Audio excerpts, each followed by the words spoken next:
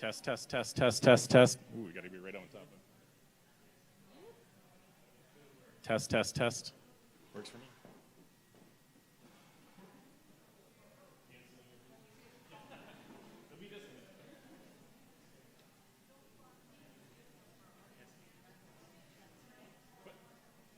Testes. Yeah, I don't even remember the movie.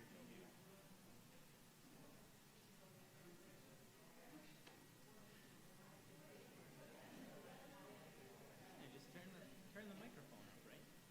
Yeah, that seems obvious. Huh? That should be fair. So take two. Can you hear me? It's right close. Welcome. I'm so glad you could be here with us this evening. Welcome to everybody who's joining us online. I'm Michelle Seifela. I'm the Programming and Marketing Director from the Hudson Area Library. And this is Police Voices in the Valley. This is our 6th installment in the Voices in the Valley series. We want to say thank you to Hop and Barrel for being such a wonderful partner in this program and hosting us this evening. And thank you to both of you for being here this evening, participating, and sharing with us. We're going to have you both come up and introduce yourselves, tell us a little about yourselves, and then take turns answering the questions. The first question is, what is the hardest part of your job? You want to start first? Go ahead. We are going to try this, actually.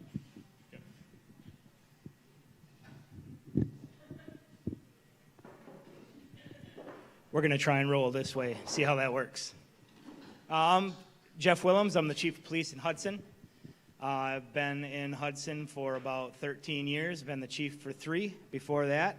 I had the pleasure of working with Mark in North Hudson for about 5 years. So, first question, what's the most difficult part of our jobs? Probably the different things you see.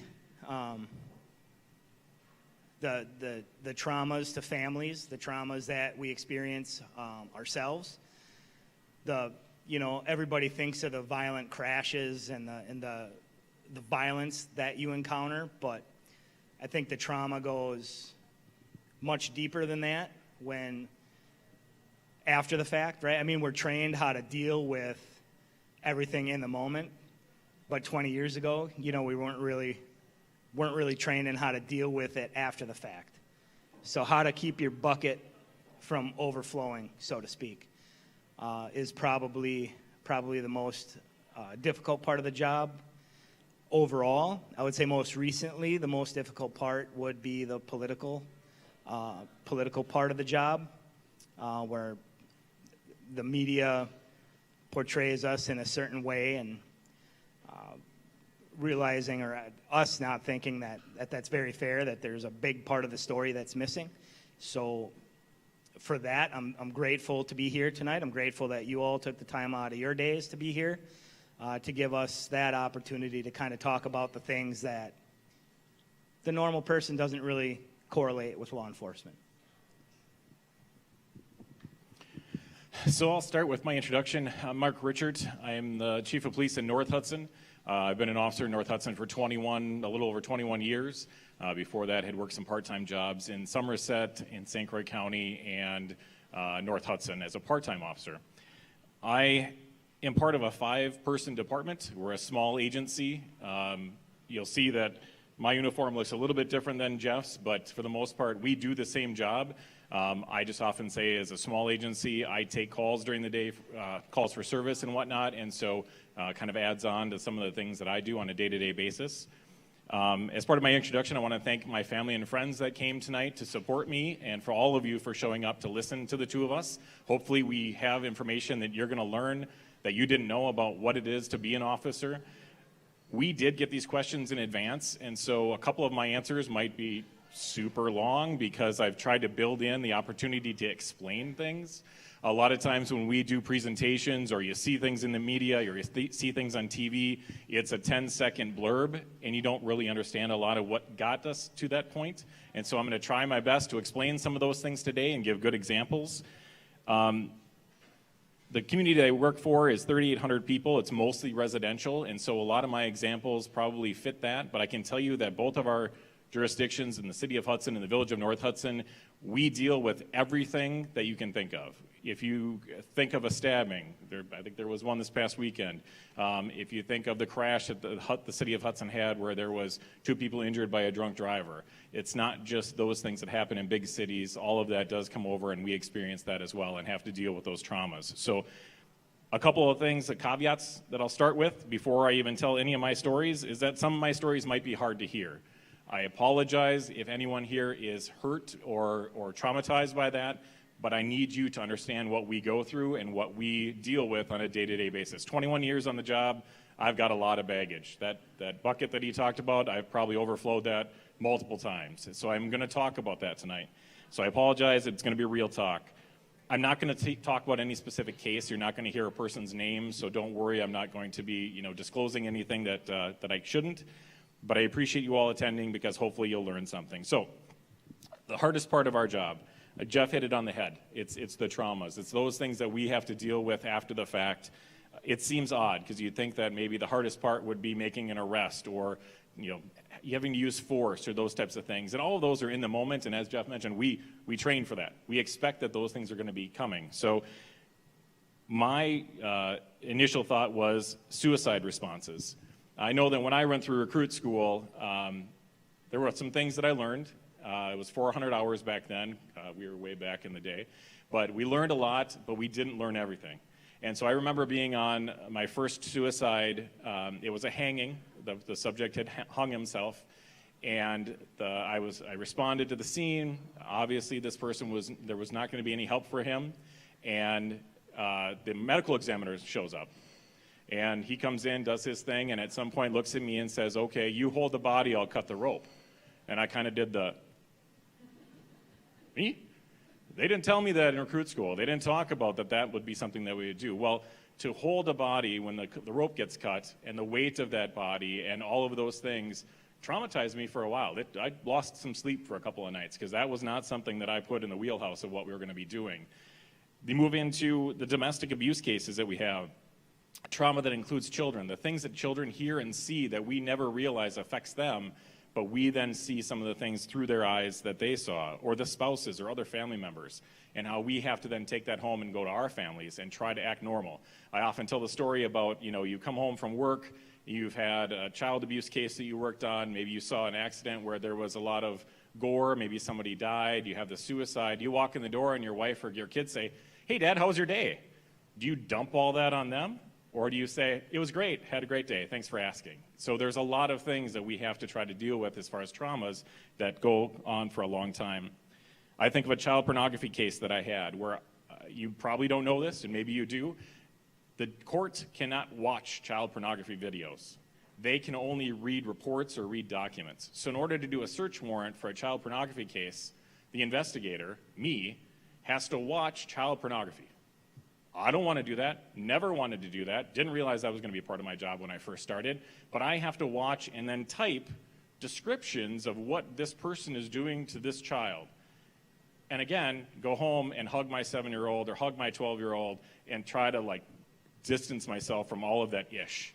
And that took a long time, and that takes a long time. So these are examples of things that you're not going to hear about in a lot of other places that we wanted to bring as real talk, real life, because it are things that affect us as human beings.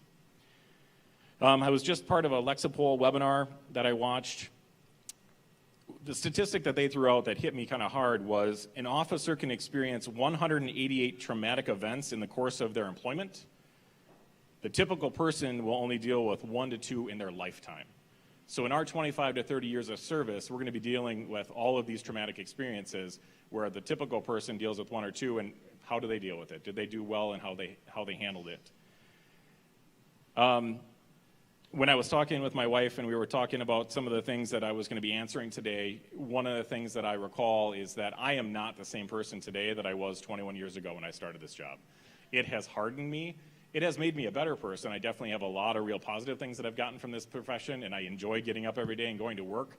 but I'm not the same happy-go-lucky person that I was 21 years ago. And so it does change kind of your perspective on the world and somewhat cynicism, to be quite honest. The last thing I'll talk about, my answer to this one, the St. Croix County Sheriff's Office has a chaplain program, and every couple of years they bring in a speaker. His organization's called Breachpoint, but he's a retired chief from the Chicagoland area, and he does speeches and instruction on trauma and how it affects law enforcement and how we have to be able to get through it. One of the things that he uses as his term for how he defines a police officer, now it's a cop talking to a bunch of cops, so we all get this, but I think it's important to hear. He defines us as pessimistic, non-trusting control freaks that fight change and assess blame. That's our job. If we didn't have that perspective going into the job, it would be difficult to do. But on the backside of that, he also talks about the fact that law enforcement officers have two phobias. The two phobias are trusting too much and controlling too little. Because what happens if one of those things doesn't go right? Someone dies. Most oftentimes an officer, or gets hurt or injured in those types of things. So we have phobias of trusting too much and controlling too little, and we wear all that on our vest, on our face, and then we go home and we cross that threshold into our households. And we control and we have the phobias of trusting too much and controlling too little. When your 16-year-old comes to you and says, hey, I'm going out with this boy, I know too much about what happens when 16-year-olds go out with that boy. And so you put on this, it's not a real happy face. And my 22-year-old daughter's in the room, so if anybody wants to contest to that, she can tell you it's not always the easiest thing to deal with. Luckily, I have a wife who is amazing and can be my polar opposite when some of these things happen. But how do you do that? How do you take that and move it into your family and not realize that not all mall Santas are child molesters? I mean, a lot of them are. And so then you just kind of put that, well, if that person is, then all the rest of them must be. And so we have to really try to break through. In this breach point training, they talk a lot about trying to break through and have that breach point where you can walk through the door, and it looks like Jeff has his on. You can snap out of it. He's got a wristband or a wrist, how do you call it, bracelet that's rubberized, and you can snap it, and basically it's that physical remembrance of you have to snap out of where you're at, you're going into your family setting, you're going into your friend's setting, and you have to be able to release some of those toxins that you've dealt with all day.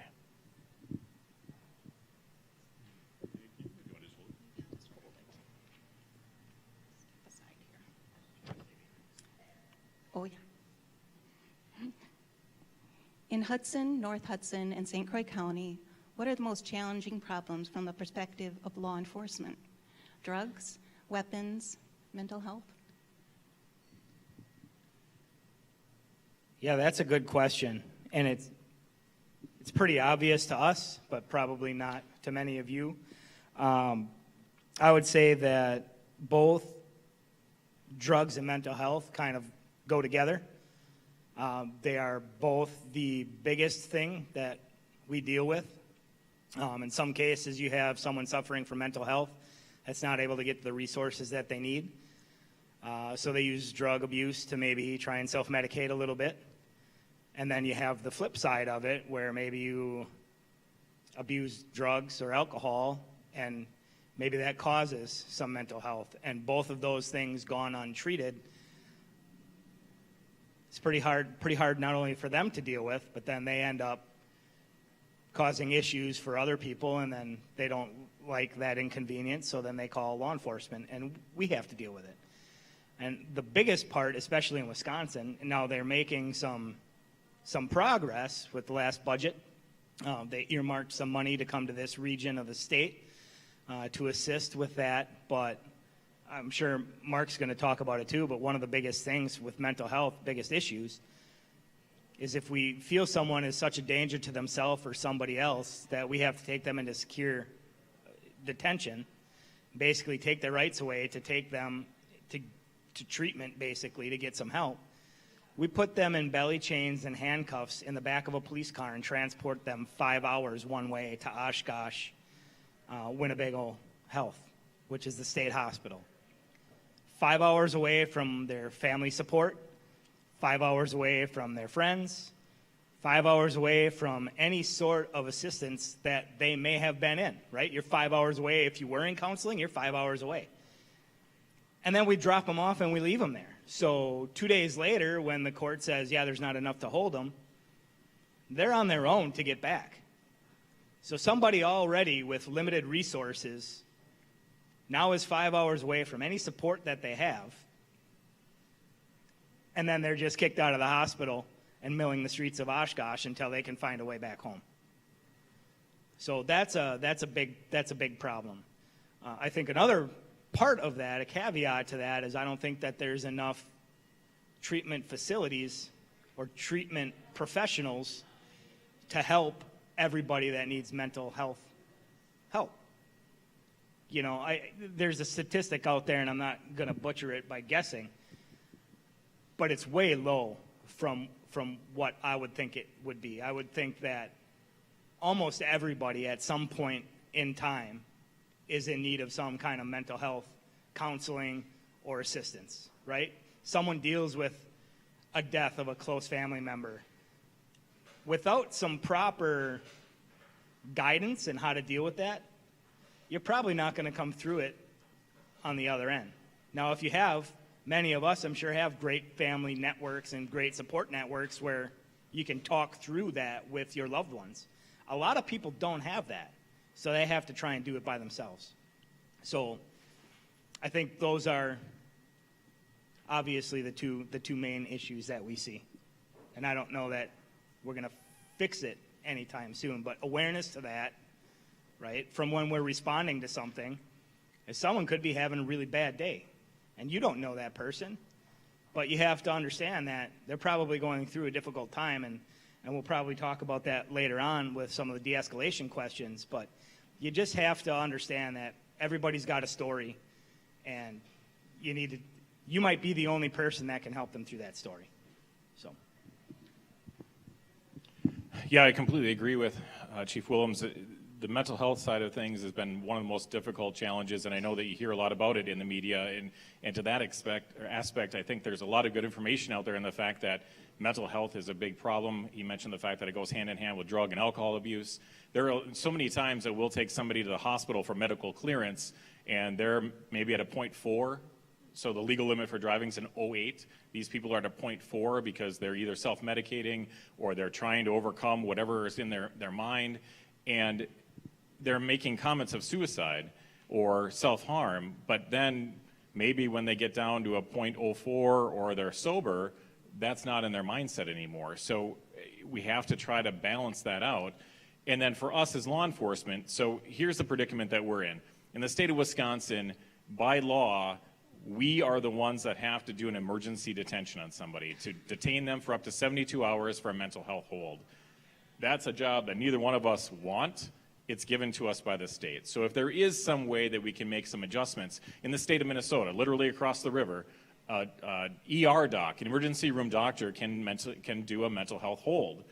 In Wisconsin, they can't. It has to be law enforcement in kind of cooperation with the mental health or the behavioral health through your county, but ultimately it's law enforcement's decision on whether or not you're going to put somebody into a mental health hold. Not something we get a ton of training about, and there's a lot of talk about, wouldn't you be happy if a social worker would come alongside you? Absolutely. They are the ones that have the training. They are the ones that do that work. We would be more than happy if there's a system that's in place, realizing that if it's safe, which is why we often go and why we're the first ones to show up, but at some point, and it's a safe scenario, we'd be more than happy to leave and let them continue on with the assessments and talking to the people and trying to figure out what their best needs are. Because what ends up happening is we'll go to the hospital with a person that's in crisis. They have to be medically cleared in order to be accepted by a facility that has a secure psychiatric ward. That can take 3 hours. That can take 12 hours. If they're intoxicated, oftentimes it can take longer than that because the hospital that's accepting them won't accept until they're at a certain BAC or blood alcohol concentration. So we're now having one officer sitting in a hospital, watching over, babysitting, however you want to call it, for 12 hours, paying them now potentially overtime or having to swap out people. And the expectation is currently, because the hospitals don't have the room around here, that we're taking a 4.5, 5 hour drive across the state, dropping them off, and then a 4.5, 5 hour drive back home. Paying the officers all of the expenses for the squads and the gas and all those types of things, where if we had something that was more local, which, like Jeff mentioned, the state finally came through. They're putting $15 million into the Eau Claire hospital system to try to capture adult and juvenile beds for us to be able to get those people in crisis.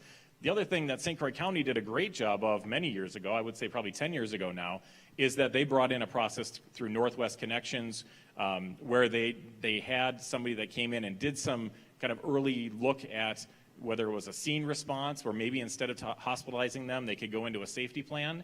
And so what it ended up doing was it shortened the amount of stay, or it shortened the amount of times that we sent people where maybe they went for a day or two and then were released.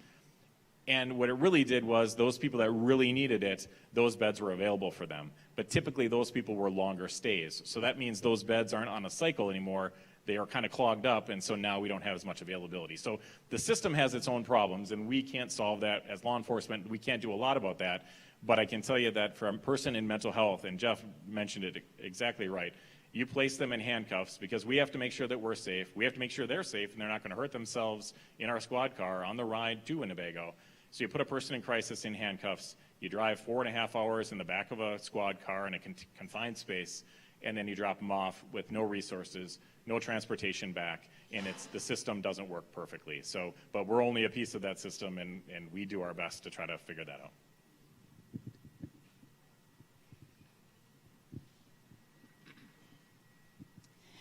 There's talk of a community resource officer for Hudson. We also have school liaison officers, something I didn't grow up with. Tell us what those officers do and how it is different from the traditional role. Hi, so yeah, there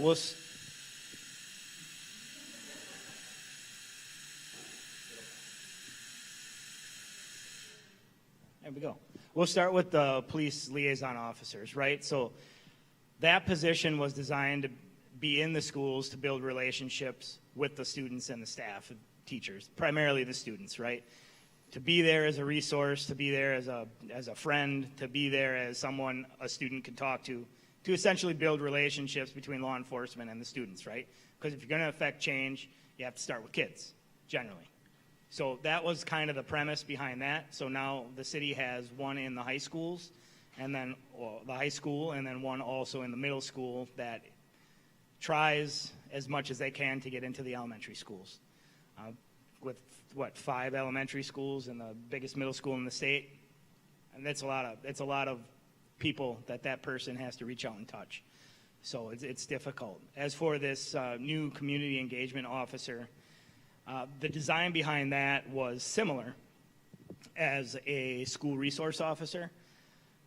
A lot of people hear the term community service officer, where you see maybe in Woodbury or in Blaine or somewhere in the cities where they have an unarmed, non-sworn person that helps with traffic control or takes animal complaints and deals with barking dog complaints and things like that, right? Helps Public Works set up barricades for road closures on parades or bike races or 5Ks, right? This position for Hudson is going to be a sworn position, and much like a school resource officer, the design is to be out in the community building relationships with community members, getting to know the business owners, getting to know the neighborhood leaders, being involved in the many events that the city has every year. So any given summer outside of COVID, the city has some sort of an event taking place nearly every weekend, especially in the summer.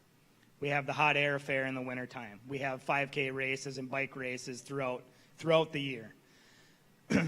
So this position will be, those are all community events, right? So this position will be basically infiltrate themselves into those processes to be the go-between or the liaison, basically a community liaison with the police department to make sure that everything runs smoothly.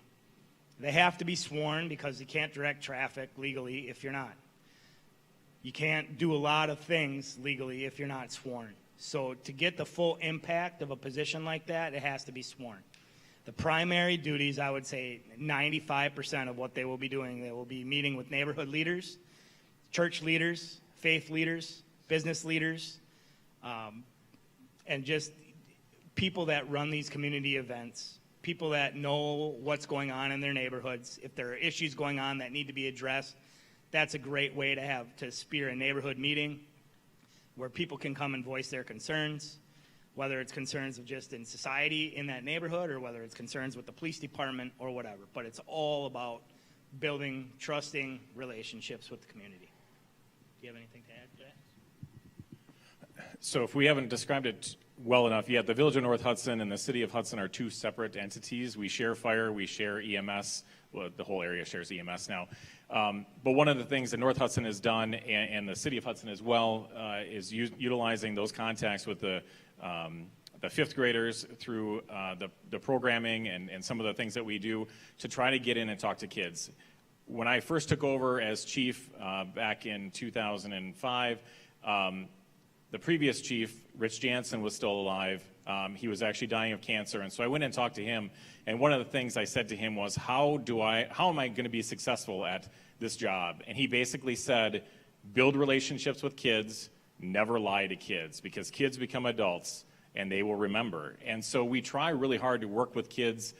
We don't have in North Hudson a school resource officer, but we utilize the cities when they come in to help at the elementary school, and then we send our officers in to talk to them, because when we started the programming, it's amazing how that relationship has changed and how our juvenile crime and just the little petty things, the spray painting on buildings and all of those types of things, those just declined, because I think they realized that we were out there trying to help people. They would come to us and tell us things that we didn't know before, because they wanted to make sure their community was safe, and they knew that we were now somebody they could talk to. Just like I hope after tonight you get a different perspective of who we are as people and not just the uniform that we wear.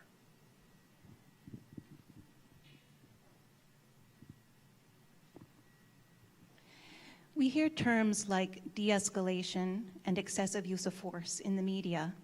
Can you discuss what those terms mean to you and your department? Yeah, so de-escalation. It's been a hot topic in the media in the last year or so. Literally, the City of Hudson Police Department had 15,000 contacts with the public last year. In 2020, and that was during a COVID year.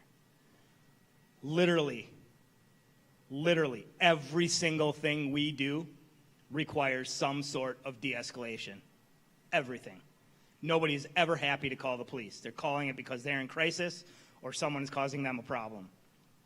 Everything we do requires de-escalation. So de-escalation is huge. It's part of our job. We train to it. We train crisis intervention, which is a 40-hour class, dealing with people in crisis. There are refreshers on that every couple of years that we take. Every department member of mine, I'm pretty sure on North Hudson's Police Department too, as well as St. Croix County Sheriff's Department, is trained in crisis intervention, de-escalation. A lot of this goes with years of experience too. The more you work with people, the more you have to de-escalate situations, the better you get. Obviously, someone with 21 years of law enforcement experience is going to be better than someone right out of the recruit academy, right out of college, with less than a year on the job. But that's why we're fortunate in Hudson, where a crisis call like that, we're going to have more than one officer available. And it's not beyond somebody with a little bit more experience to say, just kind of step in and take over the de-escalation practice.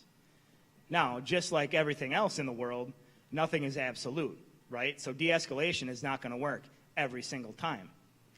But if you go on the FBI's crime stats, right, you can see that law enforcement in this country generally is attacked with a knife or a gun 17,000 times on average per year. In 1,000 cases, somebody dies at the hands of police, right? Officers are attacked with other weapons or body parts, right, fists, legs, over 48,000 times a year. Still, in only 1,000 of those cases, on average, does someone die at the hands of the police. There are over 380 million contacts in this country with law enforcement and the public. 380 million in a year. And in 1,000 of those cases, people die at the hands of the police. I'm a little bit biased, but I would make the argument that there is nobody better in this country at de-escalation than American law enforcement, because there's about 800,000 of us in the country, and that's all we do every day. That kind of piggybacks onto the use of force in the media and kind of correlates to what Mark was talking about in his opening statement, is that the media it's not really our friend, right? They're trying to sell ratings, they're trying to sell news. They're not going to report every time the whole story. And even when a body camera video from a tragic event involving a law enforcement death or a custodial death is released, you're getting a 10-second snippet of it. You're not getting the before and the after. And we'll talk about that a little more later on with body cameras, but you've got to be able to sit and let all the facts come in and analyze the facts for what they are, as facts. Not putting in your own biases, not putting in your own assumptions, and quite frankly, not judging the officer before we know all the facts. That's quite frankly not fair. Everybody else is presumed innocent until proven guilty. Law enforcement also should be presumed innocent until proven guilty. And there is nobody more than Mark and I that if an officer steps out of line and breaks the law, they should be held accountable. That's what our job is to hold our guys and gals accountable for our high standards. So we hold ourselves, and I know Mark, I worked with him for 5 years. He was my training officer. He's my chief for a little bit. We hold our standards very high, very, very high, the highest possible standard. So I would urge you all to, yes, hold us to a high standard, the absolute highest standard. And I've said this before, but don't hold us to a double standard. So I'll build a little bit on Jeff's answer, and one of the things when I was thinking about this answer is, contrary to popular belief, force is a last resort. We don't get out of the car hoping to have to use our baton. I've never pulled my baton off my duty belt in 21 years because it's just not a tool I really enjoy. It just seems like a very, if I lose it, I'm going to end up getting beat with it. So there's certain tools that we don't like to use in. Yeah, no, I'm not telling that one. In 21 years, in 20 years on North Hudson, we've had tasers since 2016, I believe, is when we instituted tasers. Actually, you were still there. When did you leave North Hudson? Seven? Okay, so maybe 2006. That's where I was thinking of the six. 2006, we instituted tasers on our department. Since 2006, we have utilized a taser once. So we don't start here. We try to start here. There's times that it's just impossible. When you think of de-escalation, and I've gone through the train the trainer, so I teach de-escalation to my officers. When you think about, there are times where we just can't start with a conversation and trying to talk people down. If I get out of a car and someone runs at me with a knife, I can talk all I want. I'm probably not going to change their mind. I'm probably going to have to raise to a different level of force. If I get to a school shooting, I'm not going to try to make a phone call and try to negotiate. We have to get in and stop the threat. And so a lot of times that's difficult for people to understand because they think that's where we start. They think we get out of the car and we have our guns out and we're ready to do whatever we need to do. No, we're out of the car and trying to get information. We're trying to figure out what's going on with that situation so we don't have to use force. We want to use the least amount of force possible. When you look at the training and experience, Jeff talked a lot about that. We work in small communities. We deal with the same people over and over again. I would probably say that 98%, well, maybe 97% of our calls are a lot of the same people, that they're in crisis, they're doing something wrong, they haven't really learned their lesson, and so you get to know those people. And so when you show up on scene, you probably already have a relationship. What that relationship means to them versus what it means to me might be different. They may not like me at all, but at least we've had a conversation, and so we can start at a little bit of a different level. When we have victims, if we've dealt with them before, maybe it's a domestic situation where it's the third time we're at that house, we know some of the background, and so we don't have to start at the ground level. So we can kind of build in those relationships, and that helps us with not having to rise to that high level of force in a lot of these situations. I think one of the things when we talk about the excessive use of force is exactly what Jeff was talking about. It's excessive. It's those officers that are doing more than they need to, and they're not backing it down. We're taught, we're trained to use the amount of force necessary to stop a threat or to control a situation, and then back it down to the appropriate level to keep control over that situation. So there's a lot of times that people just, if they're using excessive force, we're going to be the first ones that are going to be talking with that officer, putting them on suspension, and possibly removing them from our agencies. And we'll talk a little bit more about how we're human. I think I dropped that in a little bit earlier. But one of the courses that I went to is the Force Science program at the Force Science Institute, and they talk a lot about how officers are human and we react as humans.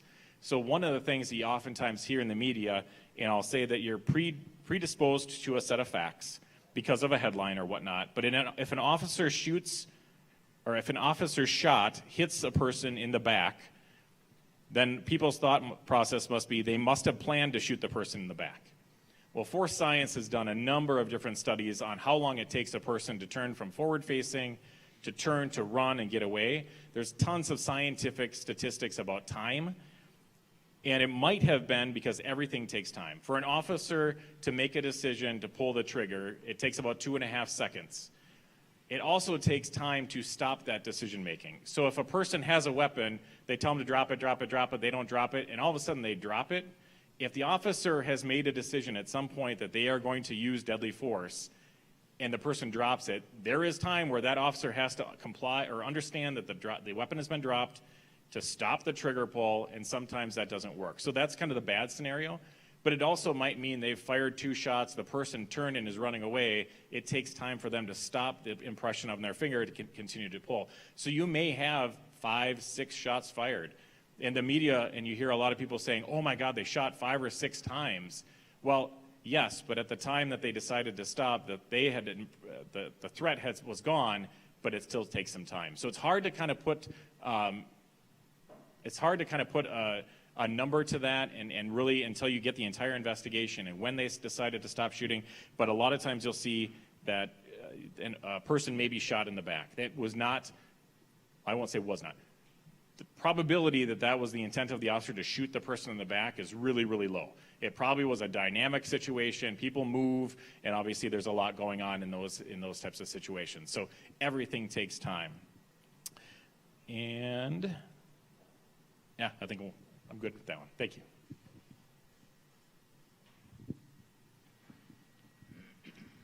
Do your departments have body cameras? If so, have they been a benefit to your agency? Yeah, that's a really good question, too. Thanks for that one. We do have body cameras. We also have squad cameras at the Hudson Police Department. The funny thing is, excuse me, funny thing is when we first implemented body cameras back in 2014, the officers didn't like the idea. Like, they thought we as administrators were just going to be sitting in our office all day watching body cameras from the night before and picking apart everything they were doing, right? It did not take a lot of time for them to fall in love with the body cameras, because if anything, it's a security measure for them, right? Now, to go along with that, a body camera is a small little lens. It's a wide angle, but it doesn't capture everything that the human eye can see, right? So it's a huge benefit. It's a huge asset to not only law enforcement, but the community as well, but it has its limitations. A body camera cannot see what's happening over there or behind you. Whereas your peripheral vision, the things you hear, the things you smell, the things the things you feel, through a for lack of a better term, a sixth sense, right? None of that is recorded in the body camera. It's just what you see. But in every situation, there's other factors at play. There's other things going on that the officer has to be able to articulate, or that a witness has to be able to articulate. So they're a great tool. I think they're a necessary tool. We've had them for a long time now, and they've been a huge benefit to us. But they do have their limitations. North Hudson PD also has body cameras. I'm wearing ours right now, and we do have cameras in our squad cars. When I went through the force science training, we talked a lot about cameras and how important they are and how great of a tool they are, but definitely the fact that they are not the end-all, be-all of a situation. They oftentimes will give us a lot of good information, and we saw it recently. It was Arcadia, or Caledonia PD in Wisconsin just recently, where because of multiple body cameras and watching the entire thing, you really got a value of what actually occurred in that situation, when again, sometimes the media can shorten those body cameras. My example that I often give, and Jeff's exactly right, initially the officers were really hesitant. It's Big Brother. They thought I had the time to sit and watch 24 hours of camera recordings or whatnot from different events. I wish I had the time. That's not something that I put a lot of priority on unless it's needed, and then we will review it. We do a lot of review when I'm watching it through for cases to see what an officer did right, what an officer could do differently next time, and we deal a lot with that during the training aspect of it. But I remember the first time that I had a citizen complaint. It was an argument that occurred in an apartment building, 2 women, 1 man. The gentleman was highly intoxicated. There was an argument that ensued. They called the police to get him to leave. Prior to arrival, the male subject had left, and the officer interviewed the 2 females that were at the scene. He talked to both of them. He got independent stories from each one of them. They were very much alike. And it happened to be that the male was the boyfriend of one of the females. He was on probation, not supposed to be drinking, so was going to probably get in some trouble for the fact that he was drinking. She came down the next day, asked for a copy of the police report. It was an open records request. We gave her a copy of the police report. No one wasn't arrested at that point. And she left for about an hour. I came back, asked to speak with me. She came in my office and said, "Chief, I have a problem. This report that you have is inaccurate. Your officer did not write down the information accurately. Everything that he says I said was actually this other girl." Well, of course, the person that I'm talking to is the girlfriend of the person that might get in trouble. And so she said, no, it was the other girl that said all those things. And I said, okay, well, let me look through that, and I'll get back to you. So about 25 minutes later, I called her back, and I said, would you please come in and chat with me? I said, when she sat down, I said, here, let me just show you this. And I turned my screen, and I played the officer's body cam video. And about 6 seconds into it, she went, I'm really sorry, I did say those things, but I don't want my boyfriend to be upset with me because he's going to get in trouble because of the words that I said. Now that saved me, that 25 minutes or whatever, saved me a week's worth of work of interviewing the officer, interviewing both women, potentially trying to interview the male, and get their versions. And then it's a he said, she said, or she said, and it saved all that time. And that officer, I didn't have to call him in on his time off. I didn't have to do those interviews. And so there are really real benefits to having that third-party kind of non-emotional aspect of our jobs. But exactly as Jeff mentioned, it is a singular view. It can't see to the side. It can't feel things. It can't catch things. And it really is a view this direction. I don't know if any of you have seen the invisible gorilla experiment video. I don't have a screen here to show you, but basically what it is, it's a video of 2 teams, one where like maybe 12 people, 6 to a side. One has all white shirts on, the other has all black shirts on, and the instructions are, and they have a basketball, or several basketballs, and the instructions are something to the effect of count how many times the basketball gets passed between the people in white. And so they start playing the video, and it plays, I think it's about 25 or 30 seconds, and at the end they say, okay, how many times was it passed?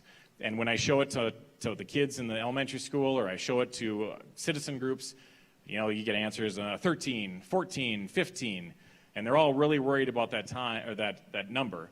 And then you say, okay, how many of you saw the gorilla? And you get people that go sheet white, and then you play it back for them. In the middle of this video, a man in a gorilla suit walks through, or a person walks through, turns, beats their chest, and then walks off frame. People don't see this huge dark gorilla walk through the screen because they're focused, because they were told to focus on the bouncing of the ball. That happens a lot when officers get to a scene, when they're getting information from dispatch, they get to a scene, they have what they think are good facts, and it's nothing against dispatch, there's a whole bunch of factors that come into play, that oftentimes they get focused on something and they might miss something else that happened. Or they get so focused on a weapon or something else going on, they may not see another threat. They may not see a citizen that's trying to give them information. There's a lot of visual things that they have to try to take into place. And so we talk a lot about that. I'll ask you, if you know, how many white cars did you pass on your way here today? Anybody know? Maybe just from home to here, or wherever your last were to here. What, I don't understand why you don't know. You saw everything that you were driving past, right? I don't understand why you can't tell me. How many white cars did you see? That's the thing. Your memory, you take in only those certain things that you need to. There's so many things that we let go out of our brains. I have officers that come to me often, they start talking about things. I was like, you know what, I don't have room for that. You're going to have to deal with that. I've got this much in my brain, that's all I can handle. But, and our kids do that to us all the time too. Hey mom, hey dad. You know, you try to just blank out some of that out. But we take in so much every day that we just don't hang on to. And so there's certain things when we're trying to ask an officer, ask a witness. I mean, witnesses are great, but we can honestly tell you that you could have two people looking at the exact same scenario. Because they bring something from themselves to that scenario, that's what they're going to capture, and they may not have seen the same information. So the officers are the same way. And I guess the last thing I'll throw into this one, I've got a lot more, but I don't want to be the one that overstays my welcome, is that trust cannot be excluded. When you talk about body cameras, there was a day when there weren't body cameras in this world, and officers were given the trust that the information that they were providing was true and accurate to the best of their ability. And I think we still have to hold on to the fact that officers are human, and they will remember the things that they'll remember, and they won't capture. So the body cameras are great, but they're not the end-all be-all.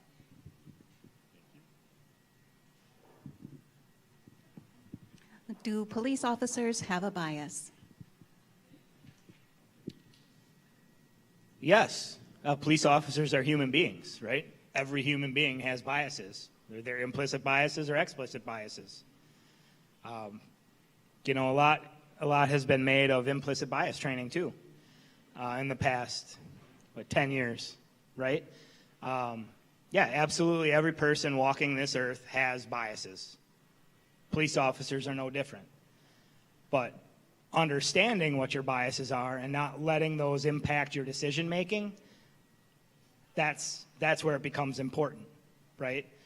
Not having explicit biases, those are a bigger issue, I think, because those are biases that you're acting upon, and you don't want to do that. You don't want anybody to do that. But everybody has got implicit biases. You have to be aware of those implicit biases, and you can't let those impact your decision making. And that's where the importance is, in my mind. And I agree. We definitely have biases, and we bring it to everything that we have. If anybody's interested, there's a book called Biased that I read recently. It's by Jennifer Eberhardt. She's a PhD she works in colleges in California.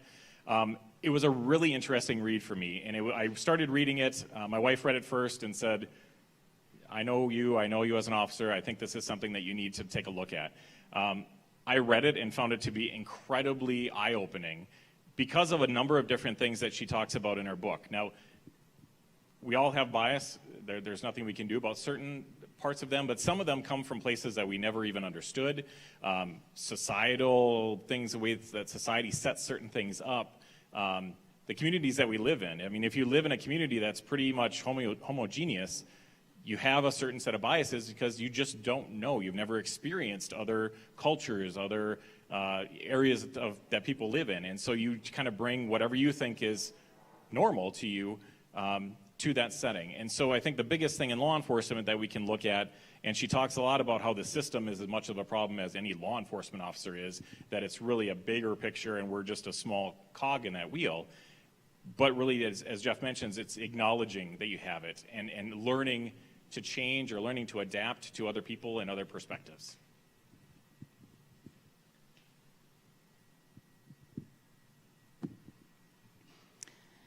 What training or tools would help young officers entering the profession? Well, I think the state of Wisconsin's been trying to figure that out for the last 100 years, right? I mean, when Mark and I went through the recruit academy to become a police officer, it was 400 hours of training. Now it's 720 hours of training before an officer can be certified to work as a law enforcement officer. I think a lot of things contribute to an officer's success when they're getting started. Obviously, their training, right? But their upbringing, their education, their life experiences. I've hired a lot of people in the last, 5 years or so. Mark has hired a lot of people. And what I've seen is, yeah, you can go to college, but if you live in mom and dad's basement while you're going to college and you don't have a job and you don't really do anything other than go to school, come home, go back into the basement, go back to school, come home, go back into the basement, your life experience is peanuts compared to someone that had to work to put themselves through college, someone that was involved in group activities throughout high school, team sports or clubs or whatever, where they had to socially interact with other people and problem solve. So I think someone's life experience is sometimes the best training someone can have when getting into law enforcement, because you bring all that with you. You bring all your life experiences, you bring your previous experiences and what's worked and what didn't work with you to the table. And then when you want to become a police officer, you're put through the 720-hour training, which you have to have some college coursework before you can do that. You have to have 60 college credits in the state of Wisconsin. You don't have to have a degree, but you have to have shown an interest in furthering your education, right? But what's most important is the ongoing training that the officer has once they're employed. So in the city of Hudson, we do a training day every month, and it's a variety of different things. We do scenario-based training. We do scenario-based training virtually every time except for the state-required qualification courses. Those are set by statute and the Training and Standards Board, and to keep our certification, we have to do those every year or every other year, depending on what the training is. But for the other 10 training days, it's crisis intervention, it's first aid, it's CPR, it's, any litany of things that we will deal with on the street that we're training our officers every month, every year, as they go. So obviously, again, as more time goes, the better person, the better police officer you become with the extra training and the extra time, because a lot of the training that we get, quite frankly, is on the street, is dealing with people, and you have to figure it out, right? You're kind of being thrown when you start off, and I still remember the first day I got off of FTO. I was scared out of my pants to go to work by myself that day. 'Cause I get out of the recruit academy, and it's like, yeah, I can do this job. This isn't that big of a deal. And then you start FTO, and it's like, man, I know nothing about what's going on out here. And now you're alone. And I was in North Hudson. I was all by myself. I didn't have backup. I didn't have the luxury of 3 or 4 other officers working with me at the same time. So you go to a call, and you're it. And all eyes are on you. You got to figure it out. You're kind of jumping in both feet. Yeah. Field training program. So it's field training program is basically where a new officer rides with an experienced trained FTO, field trainer, and they have to go through different tasks. Every task pretty much that a law enforcement officer is going to encounter, they have to be shown how to handle that task appropriately, and then they practice it until they show proficiency or what they feel and the trainer feels is proficiency, and then they own that task. So the next time that officer gets dispatched to a similar call that he's signed off on a task, it's all his, and then he's being evaluated on how he performed by the FTO. And that process is anywhere from 8 to 10 weeks, give or take. 4 months. It's been a while since I did training. It's a long time. But training never stops. For a law enforcement officer in the state of Wisconsin and in Minnesota, quite frankly, we're required a minimum of 24 hours of continuing education training in order to keep our certification.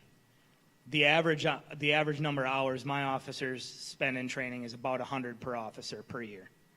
So the training never stops. So just because they give you a baseline when you get out of the recruit academy, but the training never stops from there. And I'll just add a real quick, I guess the tool that I would like to see is more realistic scenario-based training. I've had officers that come out of the recruit academy, they get hired by us right away, and we have good conversations about what was that like? Because a lot of times it's hard for them to transition the books stuff that they did into real life. And one of the conversations I had with an officer was, tell me about your scenario base, because in order to test out of the current 720 hour, you have to go through several scenarios where you have to show proficiency based on the training that they've given you. Well, the scenarios are put through by people that they've worked with their entire, 720 hours, might be other students. Typically, it's the instructors that come in and they're role players. They play the bad guy or they play the victim.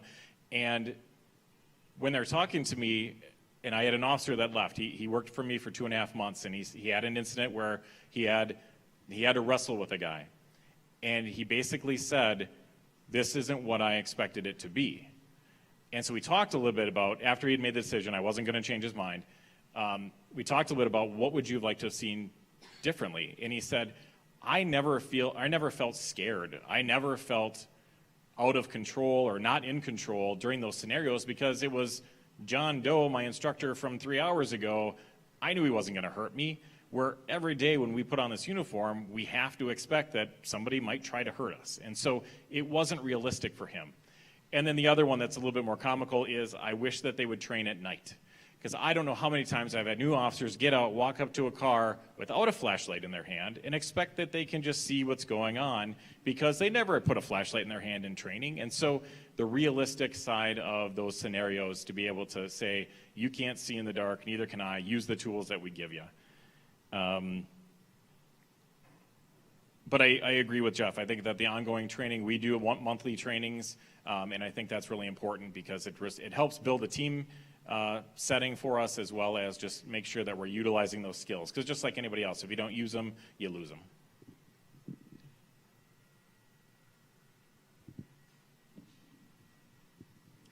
What can community members do to make our community healthier and stronger? Actions that ultimately make your jobs easier. Oh boy, a Dr. Phil moment, huh? I guess, geez, the big one for me is just, treat people with respect and dignity. Treat everybody with respect and dignity. Get to know the people that you live by. Get to know the people that own the businesses that you shop at. Because if you have a relationship with somebody, it's a lot harder to do something bad to that relationship, right? So I think it kind of goes back to the Middle Ages about relationships. I mean, everything is built on relationships. So especially for a community our size, there should be no excuse why we don't have better relationships within our own community.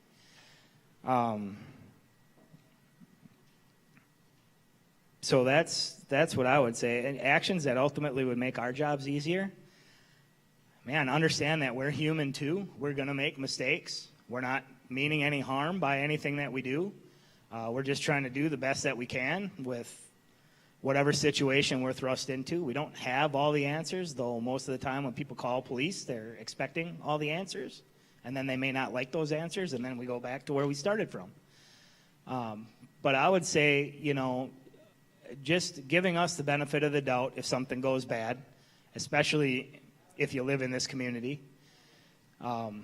if you work in this community, give us the due process, give us the benefit, because you can trust me. If someone screws up, they're going to be held accountable. Our goal is for never to make a mistake, right? The chase of perfection, even though perfection is not attainable, right? Maybe you can catch excellence. Vince Lombardi quote. But as far as the actions that could make our jobs easier, I would say just try to treat everybody with respect and dignity. Work on your interpersonal relationships with the people that are close to you and the places where you spend time at, and then just give us the benefit of the doubt. I'm going to throw out a couple of really quick, very specific ones. Don't tell your 5-year-old I'm going to arrest them if they don't wear their seatbelt. I'm not. But that starts that relationship building, and it starts that impression that they're bad. They're going to hurt us. They're going to do something to us. So just don't tell them we're going to do that. Try to work through problems with your neighbors. I think, one of the things that oftentimes if we have a neighbor or someone that calls us and says, my neighbor's dog is barking, it's bothering me, it's been going on for 2 hours, I ask my officers to say the first question is, have you talked to them? Have you reached out to your neighbor? Because I can tell you it's going to be a much different conversation if you go over and talk to your neighbor and explain what you've got going on than if a guy in uniform or a girl in uniform shows up and has this authoritative, perspective to it about the ordinance that they might have violated.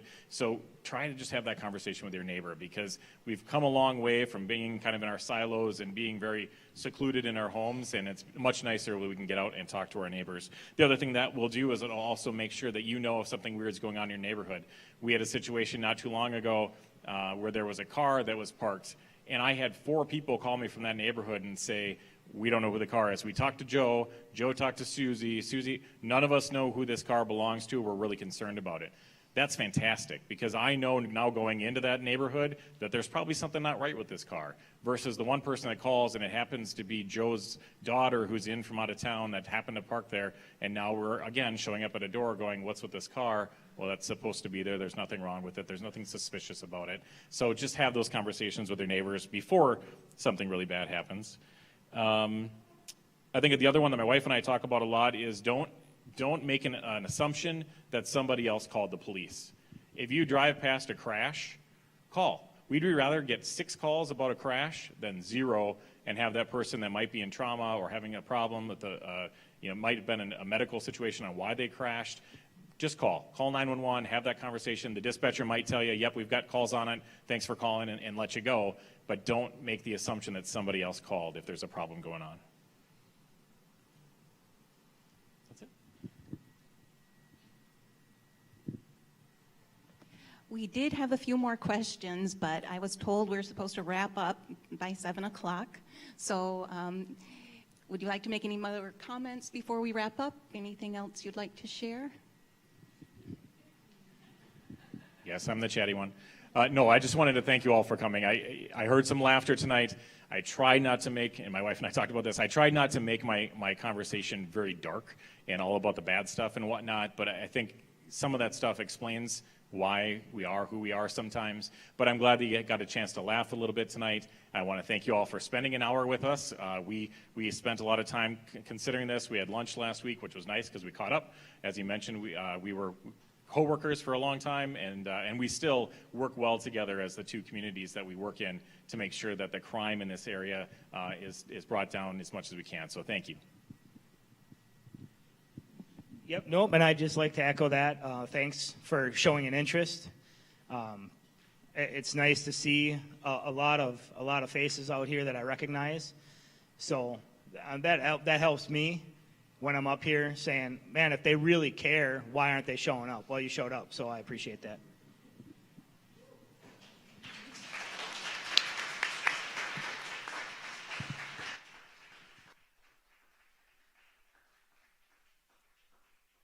Thank you all for coming. We appreciate it. We hope you can come to our next Voices in the Valley. It hasn't been scheduled yet.